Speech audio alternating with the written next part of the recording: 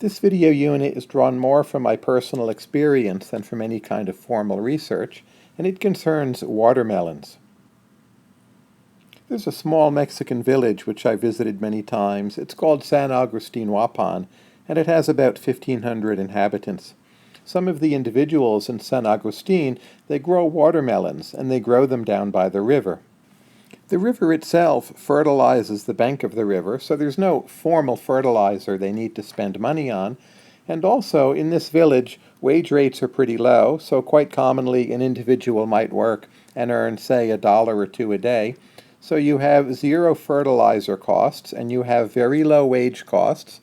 And if a watermelon is going to be sold, well, when it is ripe, they take it from the river and they basically walk it up. It's a short 10 or 15-minute walk, and they bring it to a house in town where it's sold as if it would be sold in a store.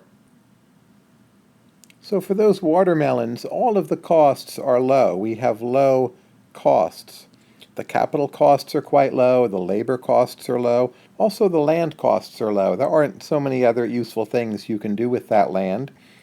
The key point here is that when you take that watermelon in San Agustin and it goes up for sale, depending on the size or the quality, but basically it sells for in the range of 5 to 7 US dollars.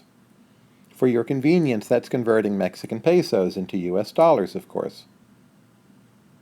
What I find striking is the comparison between the watermelon in San Agustin and the watermelons as you find them in a US supermarket. Watermelons in the United States are farmed using modern techniques.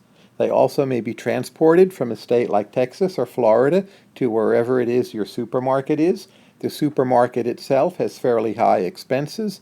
They may be advertising the sale of watermelons. There are refrigeration costs and much, much more. The thing is, the American retail infrastructure is producing and selling a large number of watermelons. So all of those costs are spread out over, as I said, a very large number of watermelons. Per watermelon, those costs end up being so low that what a watermelon sells for in the United States is about from $5 to $7, again, depending on exact size, quality, and time of year. And that's exactly the same price that it sells for in San Agustin Huapan. The lesson here is one of economies of scale.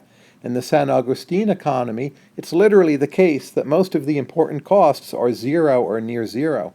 In the United States, you can see what appear to be a large number of quite significant costs, but again, when you spread out those costs over a large number of production units, per unit, those costs also are extremely small.